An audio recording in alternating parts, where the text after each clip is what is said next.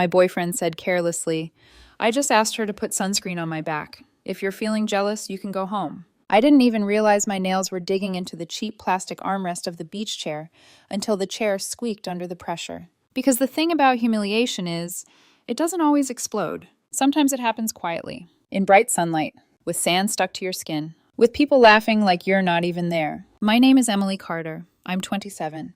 And until last weekend, I thought I understood what respect looked like in a relationship. I thought it was something you either had or you didn't. I didn't realize you could lose it slowly, piece by piece, until one day you're sitting 3 feet away from your boyfriend while a stranger rubs lotion into his back, and everyone around you treats it like entertainment. It's funny looking back.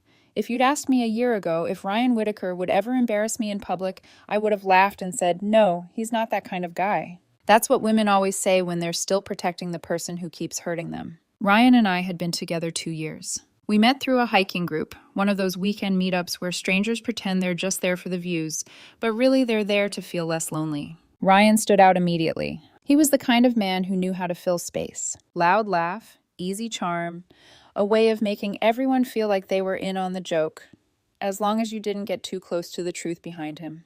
When he first asked for my number, I remember thinking, finally, someone who feels alive. And for a while, it felt like we were a team. We'd drive out of the city early, windows down, coffee in the cup holders, music low enough that we could talk. He'd reach over and squeeze my knee while he drove, and I'd melt into the simple comfort of being chosen. But somewhere along the way, being chosen turned into being tolerated. Not all at once. Subtly. Ryan had this habit of making me feel like my discomfort was a character flaw. If a bartender leaned too close and Ryan flirted back with that practiced grin and I didn't like it, he'd tilt his head and say, "Babe, don't be insecure." If he canceled plans at the last minute because his friends decided to do something spontaneous, he'd roll his eyes like I was exhausting and say, "You're being clingy." If he posted photos with other girls from his friend group, arms around shoulders, his smile a little too wide, and I asked him quietly if he could maybe be mindful of how it looked, he'd say, "So now you're controlling?" And the worst part? His friends would back him up. Always. Like they'd been waiting for permission to treat me like a joke. His best friend Lauren was the loudest about it. Lauren had known Ryan since college and acted like she owned a piece of him. She'd look me up and down the way girls do when they've already decided you're temporary. Then she'd grin and say something sweet enough to pass as a joke, sharp enough to leave a mark. "Oh my God, Emily," she once said at a dinner party, leaning in like she was sharing a secret. "You're actually really cute for the kind of girl Ryan usually dates." Everyone laughed. Ryan laughed too. I forced a smile and laughed like I wasn't bleeding inside. Because I loved him. Because I kept thinking, if I just proved myself enough, Ryan would see me the way I saw him. That was my mistake. The beach trip was supposed to be our reset. A fun weekend. Sun, ocean, no work stress. Ryan told me he was renting a beach house with friends, and when he invited me, I felt oddly relieved. Because lately I'd been feeling like I wasn't part of his real life. I was the quiet space between his loud moments. I asked how many people were going. He said, "Just my friends, it'll be chill." When we got there Friday evening, I realized what he meant by chill. 6 of his friends, all women, and me, the only girlfriend. Their partners were either busy, out of town, or not into group trips. Lauren hugged Ryan like she hadn't seen him in years, even though she'd posted a selfie with him 2 days earlier. Another girl handed him a drink immediately. They had inside jokes I didn't understand, stories I hadn't been a part of. And every time I tried to step into the conversation, it felt like the circle subtly tightened without me. Like the group was a living thing, and I was a foreign object it couldn't digest. I told myself I was imagining it. I told myself I needed to be more relaxed. But there's a certain kind of isolation you can't talk yourself out of. Saturday afternoon, we all walked down to the beach. The sun was brutal, white hot and relentless. The kind of day where the sky looks too bright to be real. Everyone set up towels and chairs in a messy half circle. Coolers opened. Music played faintly from someone's speaker. Laughter. Sunscreen bottles passed around like communion. I leaned toward Ryan and held up the bottle. "Want me to get your back?" He didn't even look at me. "I'm good," he said, waving me off. Just 2 words. But the dismissal in them hit me harder than I expected. I blinked, swallowed it down, and rubbed sunscreen on my own arms. 5 minutes passed. 10. Then I noticed Lauren sitting up straighter, squinting past us toward the beach house next door. "Oh," she said, voice lifting. "No way." A person was walking toward our group. A woman. Tall. Tan. Hair damp like she'd just come out of the ocean. swimsuit that looked like it belonged in a beach commercial, not real life. She carried a cooler with one hand like it weighed nothing. When she got closer, she smiled like she already knew she belonged here. "Lauren," she called, raising her hand. "Oh my God, it's been forever." Lauren lit up. "Tyler." Lauren stood, laughing, arms open. "Shut up. What are you doing here?" Tyler laughed and hugged her, then glanced around like she was taking inventory. Her eyes landed on Ryan, and something in Ryan's expression changed so fast I almost didn't catch it. That interest. That shift men do when they see someone they want to impress. Tyler sat with us like it was natural, like she'd been invited, like she didn't need permission. She and Lauren started talking about college, surfing, beach house rentals. Ryan leaned forward, suddenly engaged. He hadn't been that engaged with me all morning. Tyler offered to grab drinks from her cooler near her rental. When she came back, she handed Ryan a beer first. Not Lauren, not anyone else. Ryan took it like he'd been waiting. He smiled at her, and I watched the version of him I used to beg for. Warm, attentive, charming, come alive for a woman he'd met 30 minutes ago. Tyler sat down on the sand right beside him. Their knees almost touched. They started talking about surfing, and Ryan laughed like he'd been born on a board, even though I'd only ever seen him try it once and complain about how hard it was. Tyler leaned closer, whispering something. Ryan laughed again. Louder. Lauren smirked and glanced at me like she was enjoying a private show. I kept telling myself to stay calm, to not be the jealous girlfriend, to not give them what they wanted. But then Ryan did something that made my stomach drop so sharply I tasted metal. He turned slightly, twisting his body toward Tyler. "Hey," he said casually, like he was asking for a favor from a friend. "Would you mind putting sunscreen on my back? I can never reach that spot between my shoulders." For a second, I thought my brain had misfired, because he hadn't asked me. He'd brushed me off earlier like I was annoying him, and now he was asking her. Tyler's eyes flicked to mine, just briefly, like she was checking if I was going to say something. I did. I leaned forward, voice low, controlled, trying to give Ryan an out. "I can do that." Ryan turned his head, and the look he gave me was pure dismissal. Not anger, not guilt, just impatience. Like I was interrupting. And then he said it. The sentence that snapped something inside me. "I just asked her to put sunscreen on my back," Ryan said carelessly. "If you're feeling jealous, you can go home." Lauren giggled. One of the other girls laughed, like it was the funniest thing she'd heard all day. Tyler hesitated, but the circle had already decided what this moment was. Entertainment. Ryan was already handing Tyler the bottle, turning his back to her like this was normal, like I was overreacting. Tyler squeezed sunscreen onto her hands, and then she put them on Ryan's bare skin. Slow, confident. Her hands moved down his shoulders, and Ryan actually sighed. Not a subtle sigh, a performative one. "Oh my God," he said loudly enough for everyone to hear. "That feels amazing." More laughter. "See?" Lauren said, smirking. "Tyler's got talent." Tyler laughed like she was flattered. Ryan leaned forward, giving her more access. Then he said something that made my face burn. "You're way better at this than most people." He said most people, like I wasn't sitting right there. Tyler's hands moved slower than necessary. Ryan's smile widened. And then Tyler leaned close and whispered something I couldn't hear. Ryan laughed again. "Tyler, you're hilarious," he said. "You should totally teach me to surf tomorrow morning." He didn't look at me once, not even to see if I was okay. Not even to pretend. I sat there 3 feet away, and it was like I'd ceased to exist. And in that moment, something shifted inside me. It wasn't rage. It wasn't even sadness. It was clarity. A sudden, crystal clear understanding. This wasn't a relationship. This was me being a placeholder. A safety net. A woman he kept around because I was convenient and supportive, while he chased attention like it was oxygen. I felt myself go very still, like the ocean noise faded, like the laughter turned into static. I stood up. I didn't slam anything. I didn't yell. I didn't cry. I just picked up my towel and my bag. Lauren looked up, eyes bright with cruelty. "Where are you going?" she called out mockingly. "Can't handle a little harmless fun?" I didn't answer, because if I answered, I would have given them power. Instead, I walked away, back toward the beach house. Each step felt surreal, like I was walking out of my own life. Behind me, I heard Ryan laugh again. Not worried, not calling my name, just laughing. I got to the beach house, went into the room Ryan and I were supposed to share, and I packed. Fast, quiet, like a person escaping a fire. I didn't know exactly where I was going yet. I only knew one thing with absolute certainty. I wasn't staying another minute in a place where I was treated like I was invisible. By the time I called the Uber, my phone was still silent. No message. No apology. No, "Where are you?" It was like my absence didn't matter. And that, more than anything else, was the thing that finally broke the spell.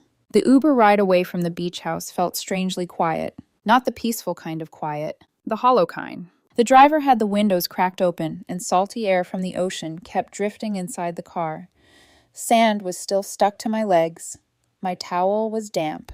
And somewhere behind me, miles down the road, Ryan was probably still sitting on that beach, laughing with Tyler while her hands lingered on his back. My phone sat in my lap the entire ride. Face up, screen dark. Every few minutes I picked it up. Not because I expected anything important, just because part of me still believed Ryan would suddenly realize what had happened. That he'd notice my empty chair, that he'd notice my towel gone, that he'd call. He didn't. By the time the Uber pulled up to the small airport hotel, the sky had already begun turning orange over the water. The driver helped me unload my bag. "Vacation ending early?" he asked casually. I forced a small smile. Something like that. Inside the hotel room, the silence felt heavier. The air conditioner hummed loudly. I dropped my bag near the bed and sat down without turning on the lights. For a long time, I just stared at my phone. Still nothing. And that's when the memories started replaying. Not just the beach. Everything. Because when something finally breaks, your brain starts pulling together every crack that came before it. Ryan and I hadn't always been like this. Or at least, I didn't think we had. When we first met through the hiking group 2 years ago, he'd been magnetic, confident, playful. The kind of man who could start a conversation with anyone and make them laugh within 30 seconds. I remember the first hike we ever did together. A trail just outside the city with a long ridge overlooking the valley. Ryan walked beside me almost the entire time. He told stories about college, about road trips, about stupid things he and Lauren used to do back when they were roommates with half their friend group. I remember thinking he had the kind of life that looked fun from the outside. And when he asked for my number at the end of the hike, I felt something warm settle in my chest, like I'd been chosen by someone bright. For the first few months, it actually felt that way. Ryan texted constantly. Good morning messages, memes during the day, late night phone calls where we'd talk about everything and nothing. He introduced me to his friends quickly, took me to group dinners, weekend bar crawls, bonfires. At first, I mistook the chaos for excitement. Looking back now, I realize I was trying very hard to earn a place in a world that had already decided I didn't belong. Ryan's friend group had a rhythm to it. Inside jokes, shared history, unspoken alliances. Lauren especially had a way of reminding me I was temporary. She'd say things with the smile that always made everyone laugh. "Emily's adorable," she once said while we were all sitting at a rooftop bar. "She's so calm." Ryan's usually into girls with a little more chaos. Everyone laughed. Ryan didn't correct her. He just sipped his drink and smirked like it was harmless teasing. Another time, when Ryan and I showed up late to a birthday party for one of his friends, Lauren wrapped an arm around his shoulders and said loudly, "Careful, Ryan. If you keep acting domesticated, we're going to lose you." Domesticated, like I was some kind of cage. I laughed along with everyone else. Because that's what you do when you don't want to be the sensitive one. But little comments like that kept happening. Over, and over, and over. And Ryan never stopped them. The same pattern showed up everywhere. At bars, Ryan flirted easily. Not aggressively, but comfortably. Like flirting was just part of his personality. Bartenders, random girls at parties, friends of friends. If I ever said something about it later, he'd sigh like I was exhausting him. "Emily, relax, I'm just being friendly." If he canceled our plans because his friends suddenly wanted to go out, he'd say, "You're acting like we're married or something." If I asked why I hadn't been invited to certain group events, he'd shrug. "You wouldn't enjoy it anyway." At some point, without realizing it, I started adjusting my expectations downward. I stopped asking for certain things, stopped bringing up things that bothered me, stopped trying to challenge the dynamic between Ryan and his friends, because every time I did, I ended up feeling like the problem. And when you love someone, it's surprisingly easy to convince yourself that your discomfort is just insecurity. My phone buzzed for the first time all day. My heart jumped. I grabbed it immediately. A message from Ryan. Finally, I opened it. 3 short sentences. "You're being ridiculous. Come back tomorrow. Stop ruining everyone's weekend." I stared at the screen for a long time. Then I slowly locked the phone, set it down in my lap, and looked out into the dark room. Because in that moment, I realized something important. Ryan still thought this was about sunscreen. And that meant he had absolutely no idea what was about to happen next. My phone buzzed again. "Ryan," another text. "Where are you?" Then another. "Seriously, Emily, stop being dramatic." I stared at the messages for a long time, not because they hurt,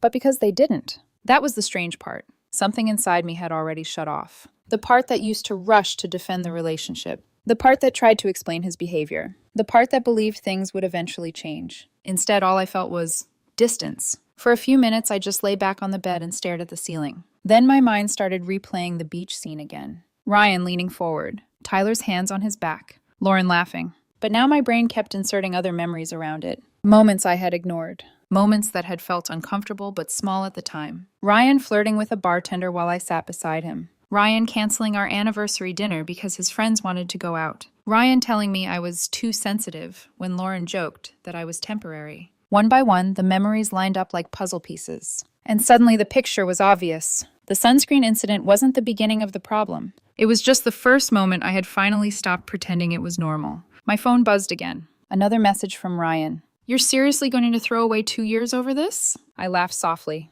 not a happy laugh. Just the kind you make when something becomes painfully clear. 2 years. That was exactly what I had been thinking about. 2 years of slowly shrinking myself to fit inside a relationship that never really made space for me. Then the call started.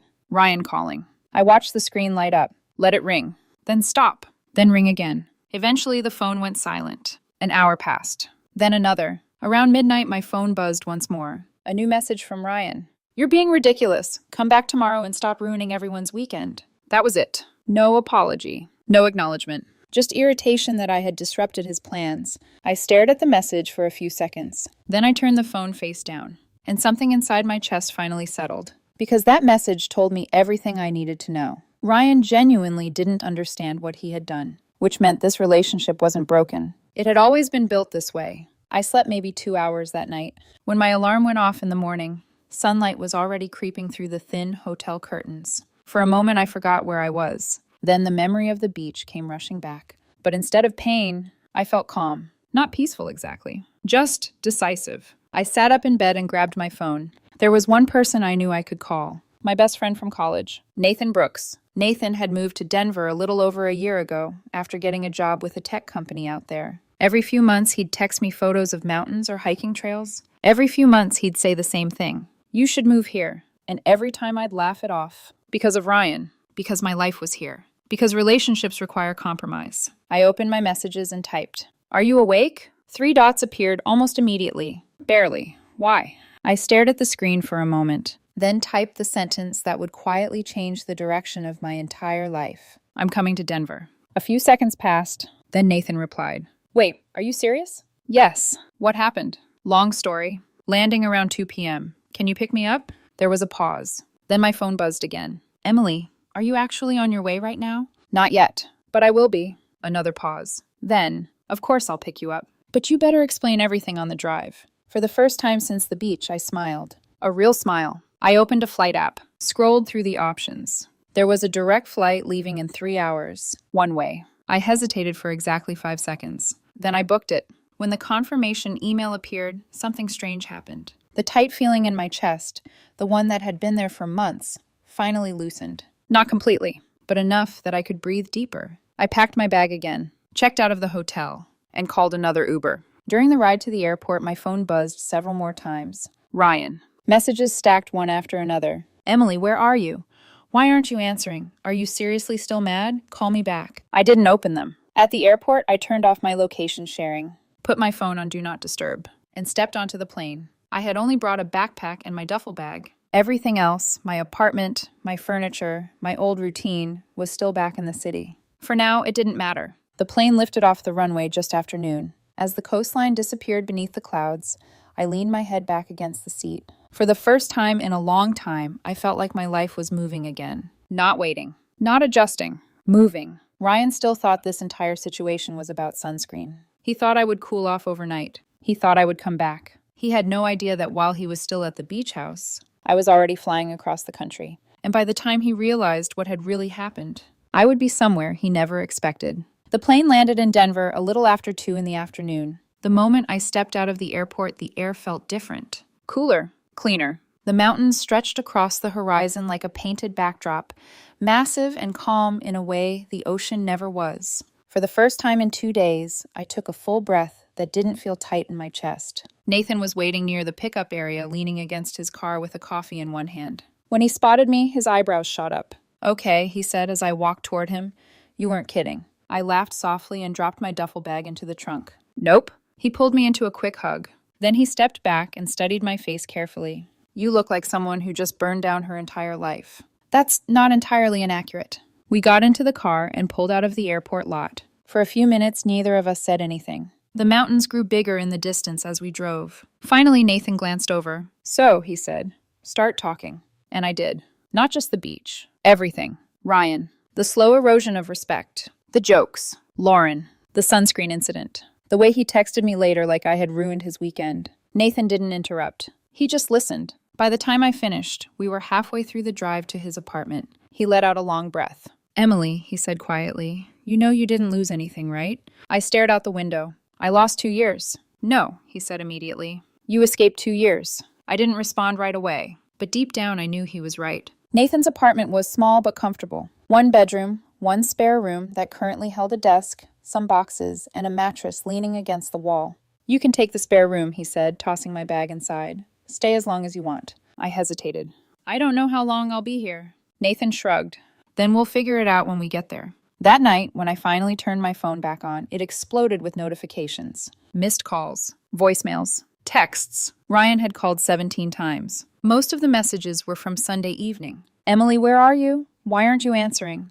This isn't funny." Then later. "Call me back right now." Then even later. "I'm actually getting worried. Are you okay?" I listened to one of the voicemails. Ryan sounded irritated. "Emily, seriously, stop being childish and call me back." Another voicemail. His voice sounded more confused. "Okay, where are you? Lauren said you left the beach, but nobody knows where you went." Another. This one quieter. "Just text me that you're okay." I set the phone down on the table. Nathan glanced over from the couch. "Let me guess," he said. "Ryan." "Yep." "You going to answer?" I shook my head. "Not tonight." Because the truth was, something inside me still needed space. Space to think. Space to breathe. Space to exist without someone constantly telling me my feelings were wrong. Meanwhile, Ryan was apparently having a very different experience. I didn't know the details until later. But from what my brother told me, things started to unravel Sunday evening when everyone returned from the beach house. Ryan expected me to be at his place, waiting, cooling off, ready to argue. Instead, my apartment was empty. My location sharing was off, and my phone was silent. That's when the panic started. Ryan texted me again. "Emily, please just tell me where you are," he called. Left another voicemail. "Look, if you're mad, fine, but disappearing like this is insane." When I didn't respond, he started messaging my friends. Then my brother. My brother called me Monday morning. I answered because I knew he wouldn't stop. "Emily," he said immediately, "Ryan is losing his mind." I sighed. "Ryan?" "Yeah, him. He's been calling me since last night asking if I've heard from you." "I'm fine." "Where are you?" "Colorado." Silence. Then my brother laughed. "Colorado?" "Denver." "What the hell are you doing in Denver?" "Taking a break." Another pause. "Does this have something to do with Ryan?" "Yeah." My brother exhaled slowly. "Say no more." Then he added something that surprised me. "For what it's worth, I never liked the way he treated you." I blinked. "You never said anything. You seemed happy. I didn't want to interfere." He paused. "But watching him at family dinners, the guy always acted like he was doing you a favor by being there. Hearing someone else say it out loud felt strange, like confirmation of something I had suspected but never fully admitted." "So what do you want me to tell him?" my brother asked. "That you're alive?" "Yes." "And where you are?" "No." He laughed again.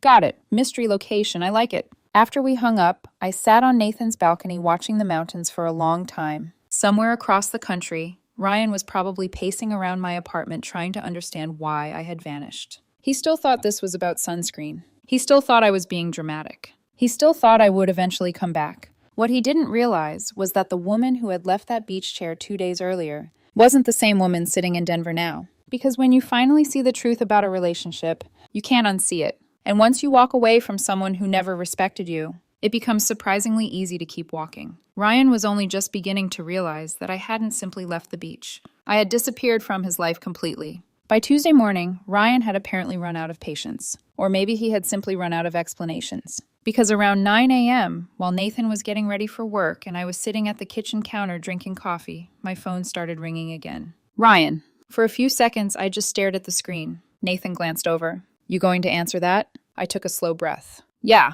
I stepped out onto the small balcony and pressed accept. Ryan's voice exploded through the speaker immediately. "What the hell is going on?" I pulled the phone slightly away from my ear. "Good morning to you too." "Don't start with that," he snapped. "I went to your apartment yesterday. It looks like you packed up half your stuff and disappeared. Where are you?" "I'm away." Away where? Does it matter? Yes, it matters, he shot back. You vanished without telling me anything. I leaned against the balcony railing and looked out at the mountains. Actually, Ryan, I said calmly, I told you I was leaving. Silence. Then he scoffed. You stormed off the beach in the middle of the day. I walked away. You didn't even talk to me. I almost laughed. You were busy. With what? With Tyler. Another pause. Then Ryan exhaled loudly. Oh my God, he said. You're seriously still upset about that? That sentence landed exactly the way I expected it to. Flat. Predictable. No, I said quietly. I'm not upset about sunscreen. Good, he said immediately, because that would be insane. I'm upset about you flirting with someone in front of me, about you humiliating me in front of your friends, about the fact that you told me to go home if I felt jealous. Ryan made an impatient noise. Emily, nothing happened with Tyler. I didn't say something happened. Then what's the problem? I closed my eyes for a second, trying to decide how much energy this conversation deserved. The problem, I said slowly, is that you treated me like I didn't exist. That's not true. You ignored me. You dismissed me. You made plans with another woman while I was sitting 3 feet away. Because she was being friendly, Ryan said defensively. And I wasn't? That's not what I meant.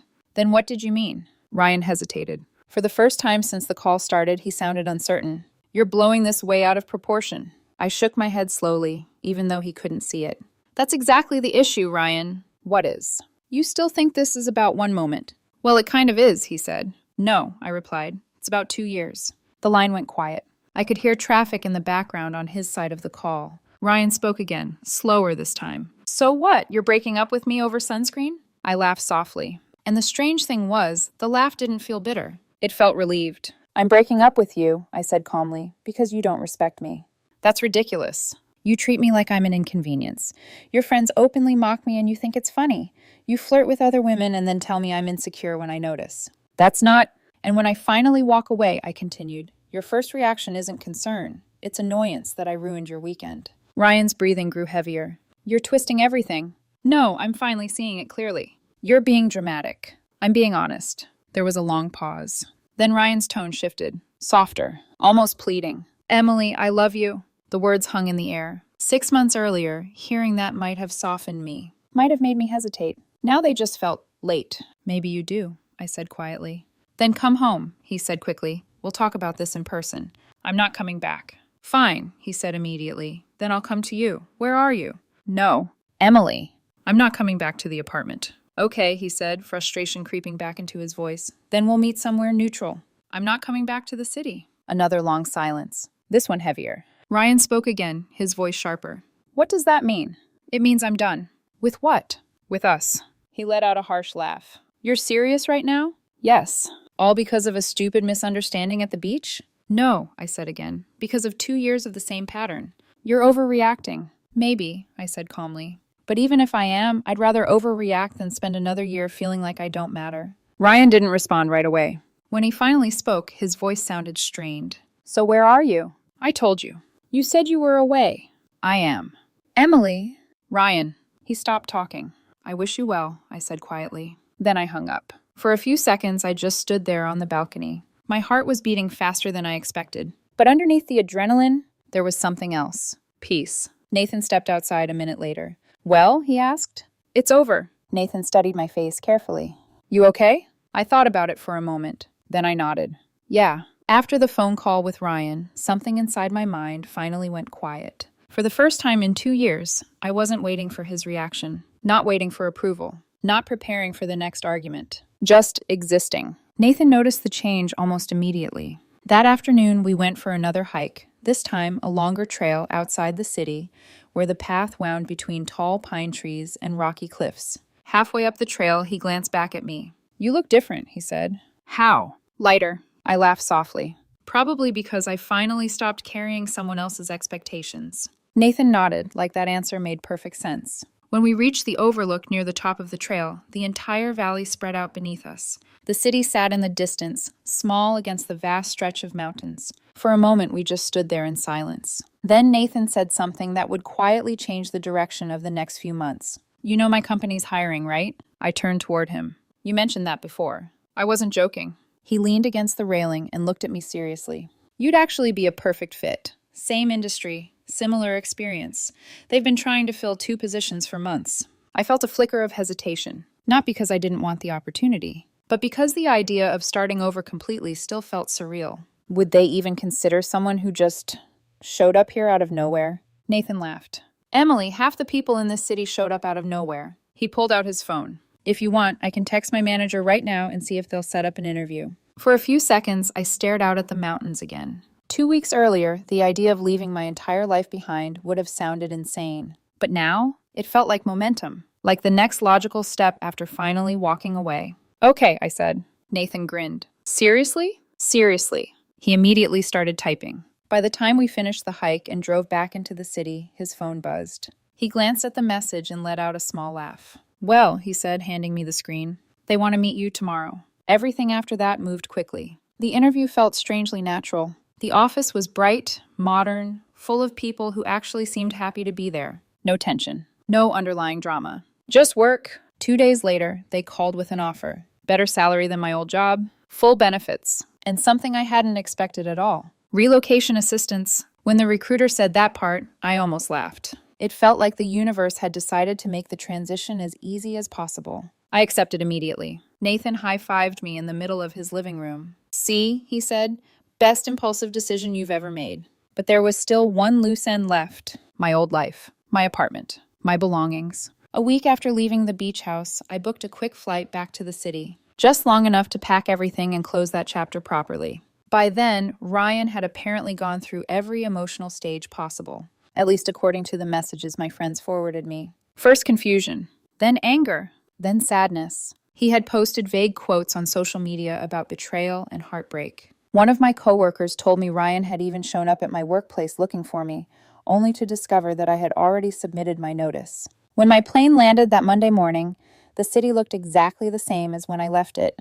Busy, familiar, normal, but I felt like a completely different person walking through it. When I reached my apartment building, the first thing I noticed was the envelope taped to my door. My name written across the front in Ryan's handwriting. I peeled it off and opened it inside the apartment. 6 pages, front and back. Handwritten. I skimmed the first page, then the second, then the third.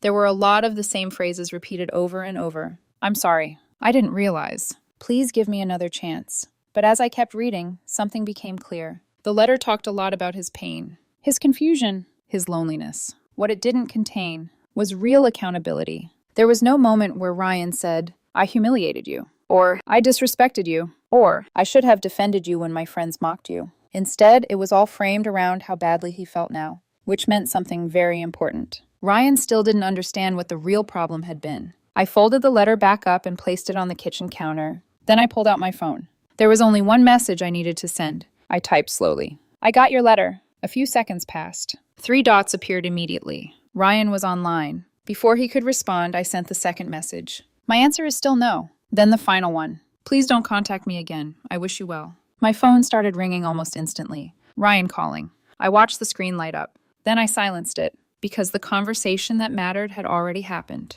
That evening I began packing the apartment, box by box, piece by piece. Each item felt like a memory being closed. And just when I thought the chapter was finished, there was a knock on the door. The knock on the door was soft at first, almost hesitant. For a moment, I stood in the middle of the living room, one half-filled box in my hands, staring at the door like it might disappear if I waited long enough. But deep down, I already knew who it was. Ryan. Because who else would show up unannounced the same day I returned to the city? The knock came again, this time louder. I set the box down slowly and walked toward the door. For a few seconds, my hand hovered over the handle. Part of me considered not answering. I didn't owe him another conversation. I had already ended things. But another part of me knew that if I didn't open that door, Ryan would keep finding ways to come back. He would keep asking for explanations, keep pushing for closure. So I opened it. Ryan stood there looking nothing like the confident man I had left on the beach a week earlier. His hair was messy. Dark circles sat under his eyes. He was wearing sweatpants and a wrinkled t-shirt like he had thrown them on without thinking. For a moment, we just looked at each other. Then he spoke. Emily, please. The word came out almost like a breath. I stepped back slightly, letting the door open wider. Come in. Ryan walked inside slowly, glancing around the apartment. Boxes stacked against the walls. Drawers half emptied. The life we had shared for 2 years being dismantled piece by piece. You're really leaving, he said quietly. Yes. He ran a hand through his hair. I thought you were just cooling off. I told you on the phone I was done. I know what you said, he replied quickly, but I didn't think you meant it like this. He gestured toward the boxes. I thought we'd talk, work things out. I leaned against the kitchen counter. Ryan, we already talked. No, he said, shaking his head. That was a phone call. People say things when they're upset. I wasn't upset. You walked out of a beach trip because of sunscreen. The sentence landed with the same dull weight as before. And once again, I realized he still didn't understand. It wasn't about sunscreen, I said calmly. Ryan sighed. You keep saying that? Because it's true. Then explain it to me. I studied his face for a moment. Not angry. Just exhausted. So I tried one last time. It was about respect, I said. You flirted with another woman in front of me. You let your friends laugh while I sat there feeling invisible. And when I tried to speak up, you told me to go home. Ryan rubbed his face with both hands. You're making it sound worse than it was. I'm describing exactly what happened. Nothing happened with Tyler, he insisted. I know. Then why are we here? Because that was the real problem. Ryan thought the issue was betrayal, cheating, something dramatic. But disrespect is quieter than that, more subtle, more constant. It's not about Tyler, I said softly. It's about 2 years of the same pattern. Ryan dropped his hands. You never said it bothered you this much. Yes, I did. No, you didn't. I told you when your friends mocked me. They were joking. I told you when you flirted with other women. I was being friendly. I told you when you canceled plans. You were being clingy. Each answer came faster than the last, like we had replayed this argument dozens of times before, because we had. Ryan finally stopped talking. The silence stretched between us. Then his voice changed, softer. I messed up, he said quietly. I know I did. I didn't respond. I took you for granted, he continued. I thought you'd always be there. I folded my arms. That's the problem. Ryan stepped closer. We can fix this. I shook my head. No. Emily, we've been together for 2 years. And those 2 years taught me something important. What? That love without respect eventually turns into resentment. Ryan's eyes filled with frustration. I said I'm sorry. I know.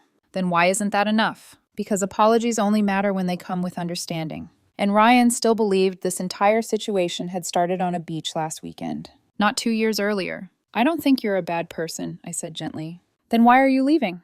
Because you don't understand why what you did was wrong. Ryan's expression shifted. Pain. Real pain this time. I do understand. No, I said quietly. You understand that you're losing me. He stared at me like he wanted to argue, but no words came. A tear slid down his cheek. I love you, he said again. I believed him, but that didn't change anything. Maybe you do, I said softly. But love without respect isn't enough. Ryan stepped forward suddenly and tried to hug me. Instinctively, I stepped back. The movement created a small distance between us, and somehow that distance felt symbolic, like the physical version of everything that had changed. Ryan froze. Then he slowly lowered his arms. I guess this is really happening, he whispered. Yes. He stood there for another long moment, looking around the apartment, the boxes, the empty shelves, the life that was disappearing. Finally, he walked toward the door. When he reached it, he stopped and looked back at me. Are you happy? He asked quietly. I thought about Denver, the mountains, the new job waiting for me, the strange sense of peace that had settled in my chest. Yes, I said. Ryan nodded slowly. Then he opened the door and stepped outside. I watched from the doorway as he walked down the hallway toward the stairs. His shoulders slumped, his steps slow. For the first time since I had met him, Ryan looked small. He reached the end of the hall, paused briefly, then disappeared down the stairwell. The building door closed a moment later. And just like that, the chapter was over. 3 months later, my life looked nothing like it had before that beach trip. And for the first time in a long time, that difference didn't scare me. It felt right. Denver in early autumn was colder than I expected, but the air had that crisp clarity that made every morning feel new. Most days started the same way. Coffee, a quick walk outside Nathan's apartment building, then the short drive to the office. The job turned out to be even better than I'd hoped. The team was supportive, the work was interesting, and no one treated respect like it was optional. After work, I often joined a small hiking group Nathan had introduced me to. Some evenings, we'd climb trails that overlooked the entire city. Other nights, we'd just grab food and sit around talking about everything except work. Slowly, quietly, I built a life that actually felt like mine. Ryan became something distant, a story from another version of my life. For a while, I still heard updates through mutual friends. Apparently, after I left the city, Ryan had tried to convince people that I had overreacted, that I had thrown away a good relationship over something trivial. But eventually, the truth started surfacing. 2 weeks after I left, Ryan and Tyler actually started seeing each other. I wasn't surprised when I heard. What surprised me was how quickly it ended. Less than a month. According to one of Ryan's friends, Tyler got tired of his constant need for attention. She told him he cared more about being admired than actually building a relationship. Then she walked away. After that, Ryan showed up on several dating apps. A few people sent me screenshots of his profile. I didn't respond, because by that point, Ryan's life no longer intersected with mine. One evening, Nathan and I were sitting on the balcony watching the sunset over the mountains when my phone buzzed. A message from my brother. He had attached a screenshot. Ryan's social media post. The caption read, "Sometimes the trash takes itself out." Nathan leaned over and read it. Then he raised an eyebrow. "Well," he said, "that's mature." I laughed. Not bitterly, just genuinely amused. "Honestly," I said, "if thinking of me as trash helps him sleep at night, he can have that." Nathan nodded approvingly. That might be the healthiest breakup response I've ever heard. And it was true, because the anger I once expected to feel never really came. What replaced it was something quieter. Perspective. The beach moment that had once felt humiliating now felt almost like a gift. Without it, I might have stayed. Another year, maybe two, slowly shrinking myself to keep someone else comfortable. Instead, that moment forced me to finally see the relationship clearly. One evening during a hike, one of the women from the group asked me something unexpected. "Do you ever regret leaving?" I thought about it for a moment. About the beach. About Ryan laughing while Tyler rubbed sunscreen across his back. About the quiet hotel room that night. Then about the mountains. The new job. The calm I felt now. "No," I said. "Not even a little." That didn't mean everything in my life was perfect. I'd gone on a few dates since moving to Denver. Nothing serious yet. And honestly, I wasn't in any rush. For the first time in years, I was paying attention to the things I used to ignore. Red flags. Respect. The way someone treats you when they think no one is watching. Sometimes, usually late at night when the city lights blinked below Nathan's balcony, I would think back to that afternoon on the beach. The laughter. The humiliation. The moment I stood up and walked away. At the time, it felt like everything was falling apart. But now I understood something I hadn't seen then. That moment wasn't the end of my life. It was the moment I finally took it back. Because my life today wasn't perfect. But it was peaceful. It was honest. And most importantly, it belonged entirely to me again.